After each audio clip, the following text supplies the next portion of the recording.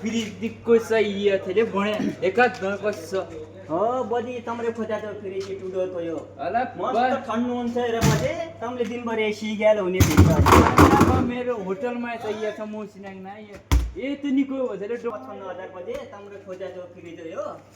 अला बा म त अहिले त सुन्छु नि त अफर लाग्यो भन्न कसो अफर लाग्या छ ल बा